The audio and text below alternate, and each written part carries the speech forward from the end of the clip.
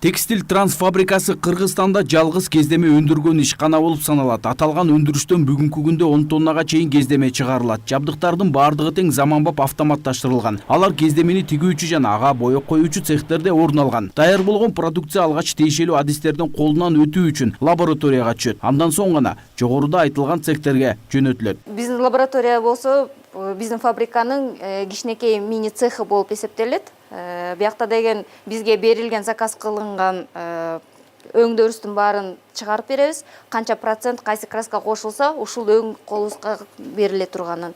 Ошол проценттерин баарын бияктан эсептейбиз дагы, чоң цехтерге жөнөтөбүз. Аякта чоң масштабтагы материалдар уже боелуп башталат. Биякта деген андан тышкары деген ар кандай химикаттар келет, алардын дагы ичиндеги эмнеден жасалганын чыгарабыз, тесттерди кылабыз.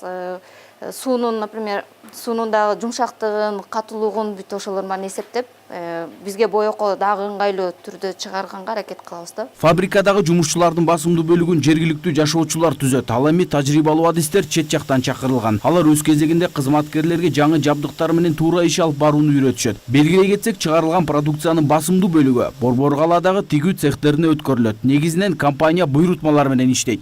Дагы чоңоебуз буюрса, кийин дагы бул жер негизи здания деген бир 40 тонна күнүмдүк 40 тонна ткань чыгарганга жарактуу.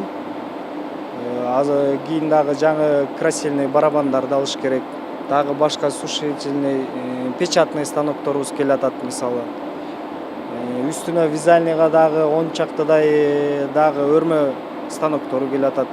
Ошолорду коюп жакшылап иштеп баштасак, буюрса эметет. Дагы эмес көбөйөт.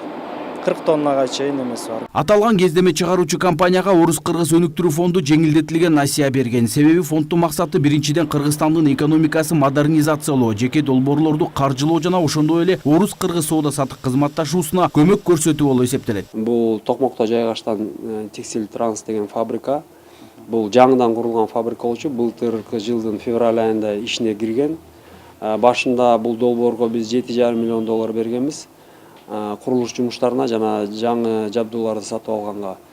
Андан кийин кошумча жабдууга, анан айлануучу капиталга дагы миллион долларга жакын бергенбиз. Кийин быйылкы жылы дагы айлануучу капиталды толтурганга дагы 750 миң.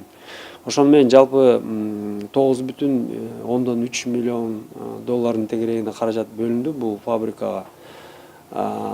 Жакшы иштеп атат, бирок толук кандуу баягы өзүнүн толук 100% кубаттуулугуна чыга элек. Өзүңүздөр көрдүңүздөр болуш керек, бирок жыл сайын өсүштөрү жакшы, көрсөткүчтөрү өсүп атат. Фонддун төрагасы Эркин Асрандиев белгилегендей, фондко долбоорлордун басымдуу бөлүгү Чүй жана Бишкек шаарынан түшөт. Бирок негизги басым өлкө башчысынын жарлыгына ылайык аймактарды өнүктүрүүгө жасалат. Тынчтык Акишев, Азат Муратбеков, Пирамида.